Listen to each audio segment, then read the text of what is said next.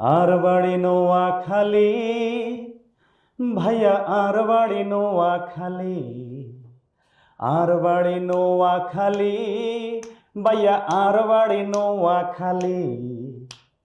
অসিজ্জা বাড়ির লগে দি আঙ্গো হাজি বাড়ি, মোল্লা বাড়ির হাসে দি আঙ্গো হাজি বাড়ি।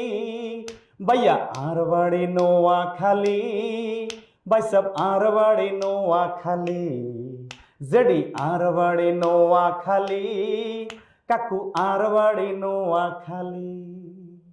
আসসালামু আলাইকুম, সবাই কেমন আছেন? আশা করি সবাই ভালো আছেন। বরাবরের মতো চলে আসলাম আমাদের জনপ্রিয় অনুষ্ঠান আমাদের গল্প। সাথে আমি নন্দিনী শুভ্রা, আমাদের সাথে সিঙ্গার আছে SM সোহেল ভাই।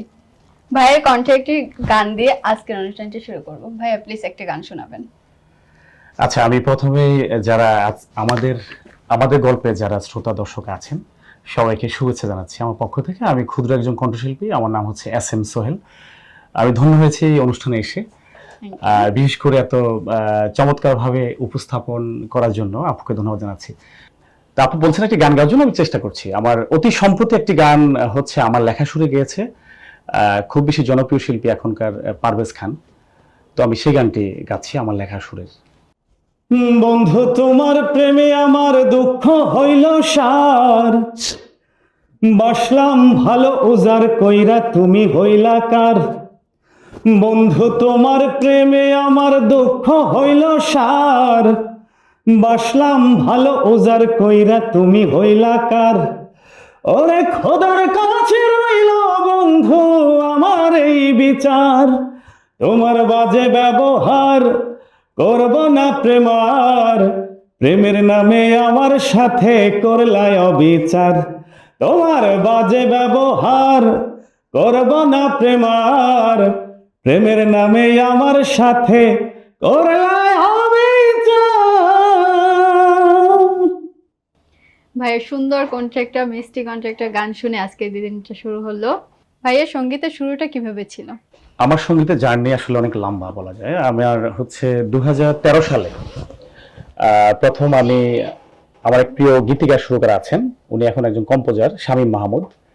তো শামীম ভাইয়ের মানে বলা যায় ওনার ভালোবাসায় প্রথম রেকর্ডিং শুরু হয়। গানটি ছিল যদি চাও।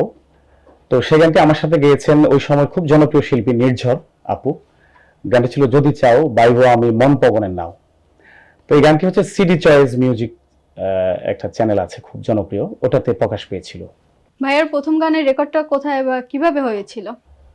রেকর্ড হয়েছিল মগবাজারেই, মগবাজারে হচ্ছে বাজনা স্টুডিওতে। রেকর্ডের ছিল হচ্ছে খুব জনপ্রিয় একজন কম্পোজার ডালিম ভাই। যদি চাও বাইব আমি মন পবনের নাও, গানটি ডালিম ভাইয়ের রেকর্ডিং ছিল। তো খুব বেশি ভয় পেয়েছিলাম আসলে, যদি গল্প বলতে হয়। প্রথম রেকর্ডিং বলে কথা, খুব বেশি ভয়, সংকোচ, দ্বিধা ছিল। আর অনেকটা ভয়ে কাঁপছিলাম মানে মাইক্রোফোনের সামনে গিয়ে। তো খুব বেশি অভিজ্ঞতাটা খুব কষ্টের আসলে। আপনি এই পর্যন্ত ভাইয়া কতগুলো মৌলিক গান গেয়েছেন? আমার গাওয়া গানের সংখ্যা হচ্ছে যদি বলি অ্যালবাম থেকে শুরু করে এখন পর্যন্ত প্রায় 300-র অধিক হবে। আর আমার লেখা সুরে অনেকে গিয়েছেন, দেশের জনপ্রিয় অনেক শিল্পীরাও গিয়েছেন। লেখা সুরে রয়েছে আরো 300-র মতো, সবগুলি 600 গান আমার। ভাই আমরা জানি যে আপনার লেখা অনেক গান বের হয়েছে, বাট এই গানগুলো কারা কারা গেয়েছিল? আমার লেখা সুরে গিয়েছে সময়ের জনপ্রিয় অনেক শিল্পী গিয়েছেন, যেমন গতকাল গেয়েছেন ক্লোজ আপ ওয়ান তারকা সালমা, ওমর বানিয়া বন্ধুরে খ্যাত ক্লোজ আপ ওয়ান 2006 সালমা গেয়েছেন। তাছাড়া গেয়েছেন হচ্ছে শফি মন্ডল গুরুজি, গেয়েছেন হচ্ছে সময়ের যারা এখন খুব বেশি জনপ্রিয়, যারা ভাইরাল যদি না বলি জনপ্রিয়তাই বলি, পারভেজ গেয়েছেন। তারপরে সেরাকণ্ঠে আশিক ভাই গেয়েছেন, তারপর মরিয়ম গেয়েছেন, ঝিনুক, মেঘলা, রাজু মণ্ডল, পূর্ণমিলন, পলি শারমিন, এই তো অনেকে গিয়েছেন আসলে, এই মুহূর্তে মনে পড়ছে না অনেকগুলো। আচ্ছা ভাইয়া, আপনার এই নিউকামার গানটা যদি একটু দুই লাইনে আমরা শুনতাম। আচ্ছা, সালমাপুর যেটা গেয়েছে গতকালকে, ওটা হচ্ছে ওসিএম মিউজিকের একটি কুকি স্টুডিওর মতো একটি প্রক্রিয়া হবে আর কি, লাউঞ্জ হবে। তো গতকাল গিয়েছে সালমাপু, ওই গানটি আমি তাহলে শোনাচ্ছি, এটা আমার লেখা শুরু ছিল। আচ্ছা। ওরে এত দাগা দিল বন্ধু, করলো এমন সর্বনাশ, কইলজা পোড়া গন্ধ এখন আমার বাড়ির চারিপাশ।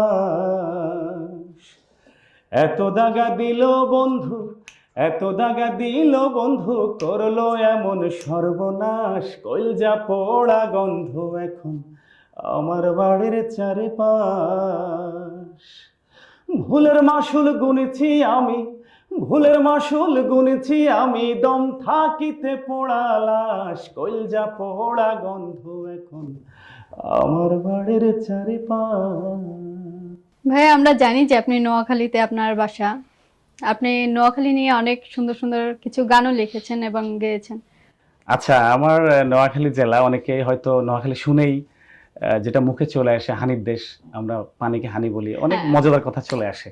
আবার এখন নোয়াখালী বিভাগ চাই, এটাও খুব ভাইরাল বেশি, তাই না? আমি নোয়াখালী নিয়ে অনেক গান করেছি, আর বাড়ি নোয়াখালী, নোয়াখালী বিভাগ চাই, এগুলো খুব বেশি জনপ্রিয়তা পেয়েছে আমাদের এলাকায়। আচ্ছা। নোয়াখালী সম্বন্ধে যদি বলি, আমার প্রিয় জেলা, আমার বেড়ে ওঠার জেলা, আমার স্মৃতিময় জেলা, ছোটবেলার জেলা, সব মিলে খুব বেশি ফিল করি। আর যখন গ্রামে যাই, খুব বেশি এখন বেশি ভালো লাগে এটাই যে গ্রামের আশপাশে মানুষ সবাই চেনে, কারণ নোয়াখালী জেলা নিয়ে অনেক গান গেয়েছি। বাড়ির আশপাশে মানুষ সবাই ছুটে আসে, কথা বলে, সবাই আমাকে দেখে হেসে খেলে কথা বলে, খুব ভালো লাগে, আসলে অনুভূতিটা অনেক দারুণ। ভাই আমরা জানি যে আপনি স্টেজেও গান করেন, তো এই স্টেজে গান গাওয়াটার শুরুটা কিভাবে ছিল? আচ্ছা, স্টেজ তো একটা বড় বিষয়, বড় একটি প্ল্যাটফর্ম। আসলে অনেক অবশ্যই। জনপ্রিয় শিল্পী আছেন যারা স্টেজে অনেকে জানো না, অথবা স্টেজে ডাকেও না, এমনও আছেন, কিন্তু সবাই স্টেজের জন্য পারফেক্ট না। তো স্টেজটা আমার খুব বেশি হচ্ছে ইচ্ছা ছিল যে স্টেজে যাব। অনেকটা যদি বলেন যে ছোটবেলায় যাদের গান শুনেছি, জেমস স্যার আছেন, আমাদের আইবাচ্চা স্যার আছেন, ওনাদের গান যখন দেখতাম স্টেজে আমি ছুটে যেতাম। তো আমার শুরুটা ছিল হচ্ছে, প্রথম শো ছিল আমার ঢাকার আশপাশে একটা পিকনিক শো ছিল। ওটা হচ্ছে ডেল্টা হসপিটাল, আমি যদি ভুল না করি, 2017 সালে আমি স্টেজে গান করেছিলাম। তো অনুভূতিটা হচ্ছে খুব বেশি, আসলে যতটা আমার কাছে খুব বেশি মজাদার, ততটা হচ্ছে ভয়ঙ্কর। ভয়ঙ্কর কেন বললাম, যে স্টেজে উঠে যে হয় না যে হাঁটু কাঁপাকাঁপি শুরু হওয়া, অথবা অনেক মানুষের সামনে গিয়ে পারফরমেন্স করা, এটা আমার কাছে খুব বেশি ভয় লাগছিল আসলে, যদি আমি খুব সাহস নিয়ে উঠে গেছি। তো ওখানে উঠে হচ্ছে মানে নিজেকে ধরে রাখাটা আসলে, অথবা কণ্ঠটা ধরে রাখা, কণ্ঠ কিন্তু কাঁপে তখন ভয়ে, অনেকগুলো মানুষ কে কি ভাববে, এই যে এই চিন্তাগুলো থেকে আসলে গান করা ছিল। তো খুব ভালো ছিল আসলে। ওই দিন আমি 3টা গান করেছি, আমার মনে আছে, 17 সালে প্রথম স্টেজ। তারপর তো এখন গাচ্ছি বাংলাদেশের সব জেলায়, ইনশাল্লাহ আমার ব্যান্ড দল নিয়ে যাচ্ছি। ভবিষ্যতে সঙ্গীত নিয়ে আপনার পরিকল্পনাটা কি? সঙ্গীত নিয়ে আসলে আমি খুব ক্ষুদ্র মানুষ।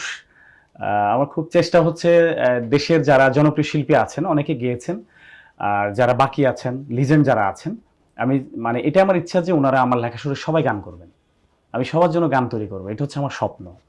তো অলরেডি হাঁটি হাঁটি পাপা করে অনেকটা পূরণ হচ্ছে। অতি সম্প্রতি জেমস ভাইয়ের জন্য একটি গান বোধহয় লেখার অর্ডার পেয়েছি, আমাদের ওসিএম মিউজিকের 2য় সিজনে আসবে। 1900 আর অনেক জনপ্রিয় শিল্পীরা গাবেন, এর মধ্যে জেমস ভাইয়ের জন্য একটা গান লেখার জন্য বলেছেন আমাকে আমাদের প্রডিউসার। তো এটা খুব ভালো লাগা, যদি ভেটে বলে মিলে যায় তাহলে আমার জন্য একটা বড় পাওয়া, জেমস ভাই আমার গান গাবেন। আচ্ছা, আপনার লেখা একটা সুন্দর গান রেকর্ড হয়েছে, গানটি আমরা শুনবো। আচ্ছা, আমি সম্প্রতি আমার একটা গান, ডুয়েট গান আসতেছে, ওটা হচ্ছে মিউজিক ভিডিও শেষ হয়েছে, ওই গানটি শোনাচ্ছি। এক মায়ার পাখি ছিল আমার, এক মায়ার পাখি ছিল আমার, রাইখা মনের কোণে, তারে নিয়া বাঁধবো যে ঘর আশা ছিল মনে। এক মায়ার পাখি ছিল আমার, রাইখা মনের কোণে, তারে নিয়া বাঁধবো যে ঘর আশা ছিল মনে।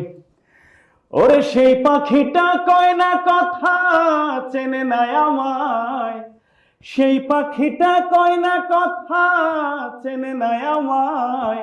কি হইল রে আমার সনে, দুঃখে পরাণ যায় ভেবে, কি হইল রে আমার সনে, দুঃখে পরাণ যায়, কি হইল রে আমার সনে, দুঃখে পরাণ যায় ভেবে, কি হইল রে আমার সনে, দুঃখে পরাণ যায়।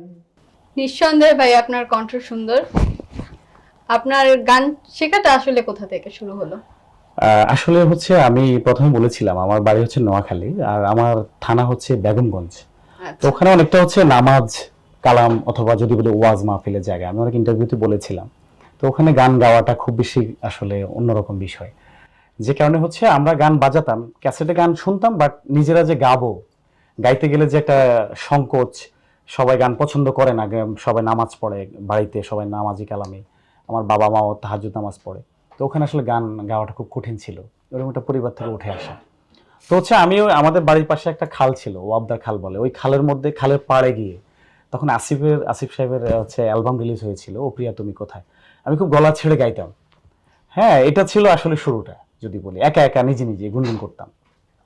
আর পরবর্তীতে হচ্ছে আমি যখন ঢাকায় চলে আসি, ঢাকায় এসে আমি তখন অনেকটা বড় হয়ে গেছি, কাজ করি, জব করি। ওই সময় আমার মনে যে ইচ্ছাটা ছিল যে আমি গান করব, গান শিখবো, গান লিখবো, অনেক গান লেখা ছিল ডায়েরিতে তখন অবশ্য, কিন্তু গানগুলো প্রকাশ পায়নি। তো তখন আমি একাডেমি খুঁজতেছিলাম আর কি। তো প্রথম হচ্ছে আপনার তেজগাঁতে একটা একাডেমি ছিল, শ্রমকল্যাণ একাডেমি, এটা সরকারি। তো ওখানে আমাদের ওখানে আমি খোঁজ পেয়েছিলাম, আমি সেলসম্যান হিসেবে কাজ করতাম, যদি বলি আগের গল্পটা। আমি ওখানে একটা পণ্য সেল করার জন্য ওই একাডেমির পাশে একটা বাজারে গিয়েছিলাম। তো বাজারে গিয়ে আমি পণ্য দিচ্ছিলাম, হঠাৎ করে দেখলাম যে হারমোনিয়ামের আওয়াজ আসতেছে। তা আমি পাশেই হচ্ছে একটা একাডেমি আমি আবিষ্কার করলাম, যে জানলাম যেখানে একটা একাডেমি আছে। তখন আমি ভিতরে ঢুকলাম, ভিতরে ঢুকে সালাম দিলাম, আসসালামু আলাইকুম, যে আমি গান গাইতে চাই অথবা এখানে ভর্তি হতে চাই। তো পরে ওই শ্রমকল্যাণ তেজগাঁও, তিব্বতের মোড়ে, অনেকে চিনবেন, শ্রমকল্যাণ একাডেমি।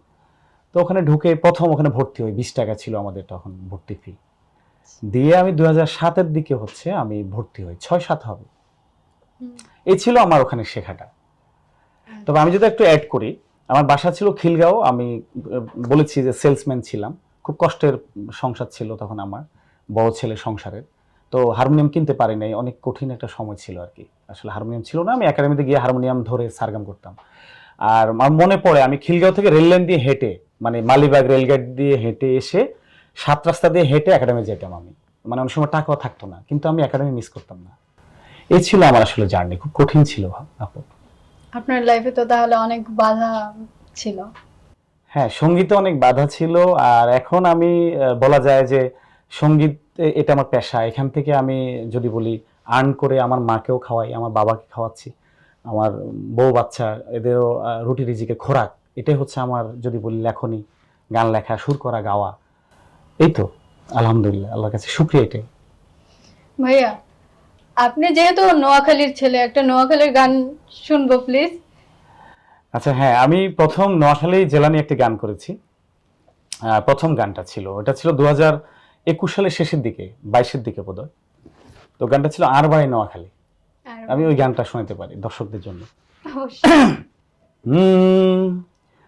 আর বাড়ি নোয়াখালী, ভাইয়া আর বাড়ি নোয়াখালী, আর বাড়ি নোয়াখালী, ভাইয়া আর বাড়ি নোয়াখালী, অসিজ্জা বাড়ির লগে দি আঙ্গো হাজি বাড়ি, মোল্লা বাড়ির হাসে দি আঙ্গো হাজি বাড়ি, ভাইয়া আর বাড়ি নোয়াখালী, ভাই সব আর বাড়ি নোয়াখালী, জেডি আর বাড়ি নোয়াখালী, কাকু আর বাড়ি নোয়াখালী।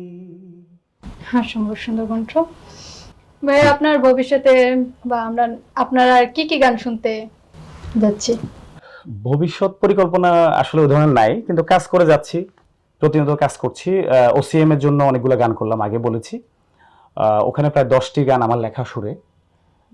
সালমা আপা গেয়েছেন, পারভেজ গেয়েছেন, তারপরে আমাদের শফি মণ্ডল গুরুজি গেয়েছেন আমার লেখা সুরে, আর উদীয়মান অনেকে গিয়েছেন, আগে বলেছি। তো এগুলার শুটিং হবে আগামী 23 তারিখে, এই মাসেই।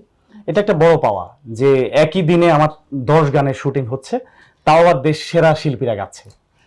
এটা হচ্ছে ভবিষ্যৎ পরিকল্পনা আসলে নাই, কিন্তু এই যে একটা মানে পাচ্ছি আস্তে আস্তে করে আর কি, এটা একটা ভালো লাগার বিষয়। পরিকল্পনা তেমন নাই, তবে সঙ্গীতে আছি, এটাকে আঁকড়ে ধরে বাঁচতে চাই, কারণ এটা হচ্ছে আমাদের নেশা পেশা দুটোই হয়ে গেছে, আসলে রক্তে মিশে গেছে। ভাইয়া, আপনার থেকে শুনতে চাই আমাদের সম্পর্কে কিছু কথা। আচ্ছা, আমি তো প্রথমে বলেছি যে আমাদের গল্প, এই কথার মধ্যে একটা মাহাত্ম্য আছে। মহত্বটা হচ্ছে যে মানে প্রত্যেকটা মানুষের একটা গল্প থাকে, হোক সেটা একজন ভিক্ষুক, তারও কিন্তু গল্প আছে। খুব স্টোরি না হলে সে কিন্তু রাস্তায় আসে না। একজন চা বিক্রেতা, তার একটা গল্প আছে। এমন হতে পারে সে আগে অনেক পয়সালা ছিল, এখন চা বিক্রি করতেছে, তার গল্পটা কিন্তু একটা অসাধারণ একটা রূপ নিবে যদি আমাদের গল্পে সে চলে আসে। অবশ্যই। আমি প্রথমে বলবো আমাদের গল্প একটি চমৎকার আয়োজন। এখানে যারাই আসবে প্রত্যেকটা লোকে তারকা, সে হচ্ছে তার নিজের জায়গা থেকে তারকা, সে তার নিজের গল্প নিয়ে উঠে এসে এখানে বসতে পারছে, এটাই সে তারকা। তা আমি বলবো যে আমাদের গল্প মানে চলুক, আগামীতে এটা আরো অনেক দূর যাক, এটা অনেক সুনাম বয়ে আনুক। দেশ বিদেশের মানুষ, শ্রোতা পাঠক যারা থাকবেন, শ্রোতা দর্শক যারা থাকবেন, তারা প্রত্যেকেই আমাদের গল্পের যদি বলি সাবস্ক্রাইব করে অথবা সদস্য এটার সাথে লেগে থাকুক, এটা আমি প্রত্যাশা করব। কারণ এখান থেকে অনেক কিছু জানতে পারবে, অনেকে ইন্সপায়ার হবে এখান থেকে।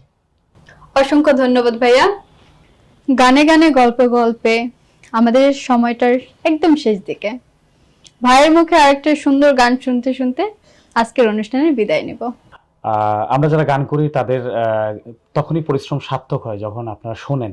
আর এই অনুষ্ঠানটা সবাই দেখবেন, যদি ভালো লাগে শেয়ার করবেন, তাহলে আমাদের গল্পের এই অনুষ্ঠানটি সার্থক হবে। আমি যাওয়ার সময় একটি গান শোনাচ্ছি, যেহেতু আপু রিকোয়েস্ট ছিল। আমার খুব প্রিয় একটি গান, এই গানটি হচ্ছে আমি মাঝে মধ্যে গুনগুন করে গাই, যদিও গানটি আমার লেখা না। গানটি গেয়েছেন আমাদের প্রিয় শিল্পী SM শরৎ ভাই। যদি আরেক জনম আমি পাই গো, চেষ্টা করছি 2 লাইন।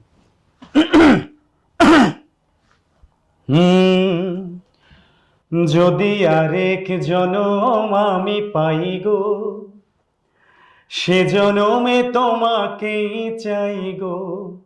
যদি আরেক জনম আমি পাই গো, সে জনমে তোমাকেই চাই গো। এ জনমে তুমি হলে না আপন, মনের দামে শুধু ভেঙে দিলে মন। বিধির কাছে সবই কইব, যদি আরেক জনম আমি পাই গো, সে জনমে তোমাকেই চাই গো। যদি আরেক জনম আমি পাই গো, সে জনমে তোমাকেই চাই গো। কারে দেখাবো আমি মনের ব্যথা, তুমি যে আমার সাথী হলে না। এমন করে বুকে জ্বলেছে আগুন, সইতে যে আমি আর পারি না। তুমি তো খুঁজে নিলে সুখের ভুবন, আমার হৃদয়ে পড়ে ছাই গো। যদি আরেক জনম আমি পাই গো, সে জনমে তোমাকে চাই গো। যদি আরেক জনম আমি পাই গো, সে জনমে তোমাকে চাই গো।